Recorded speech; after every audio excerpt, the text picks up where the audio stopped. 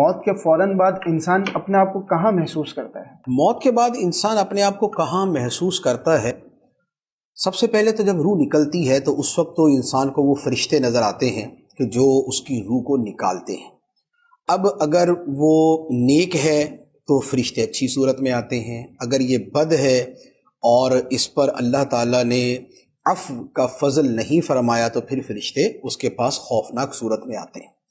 اچھا، نیک ہے تو پھر وہ ریشمی جو ہے وہ کفن جنت سے آتا ہے اور اس کے اندر اس کی روح کو لپیٹا جاتا ہے، اور اگر بد ہے یا معاذ اللہ کافر ہے تو اس کے لیے پھر دوسری وعیدیں ہیں۔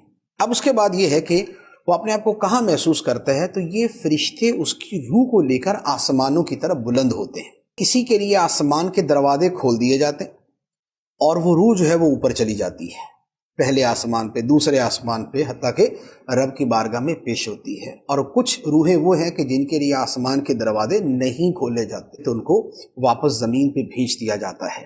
تو اس وقت کی جو کیفیت ہے وہ یہ والی ہوتی ہے۔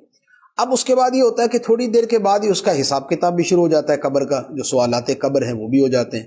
تو اس وقت وہ کیا محسوس کرتا ہے؟ اس وقت تو وہ خود اپنے آپ کو یہ محسوس کرتا ہے کہ قبر کے اندر میرے سامنے فرشتے ہیں اور میں ان کے سوالات کے جوابات دے رہا ہوں۔ پھر آگے اس کے بعد مزید بہت سی صورتیں ہوتی ہیں۔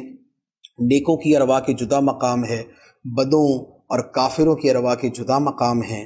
نیکوں کی ارواح جو ہے وہ آب زمزم کے کنویں کے پاس، خانہ کعبہ کے ارد گرد، اور یا اعلیٰ علیین میں، اور یا اس کے علاوہ اور بہت سے مقامات ہوتے ہیں۔ شہیدوں کی روحیں جو ہے وہ عرش کے نیچے جو ہے لٹکی ہوئی قندیلیں ہیں، ان قندیلوں کے اندر ہوتی ہیں، تو وہ ایک دوسری تفصیل ہے۔ اور ادھر جو برے ہیں یا جو کفار ہیں ان کے لیے پھر مختلف مقامات بیان کیے گئے ہیں، سجین ہے، چاہے برہوت ہے، تو ان کی ارواح مختلف انداز میں فیل کرتی ہے۔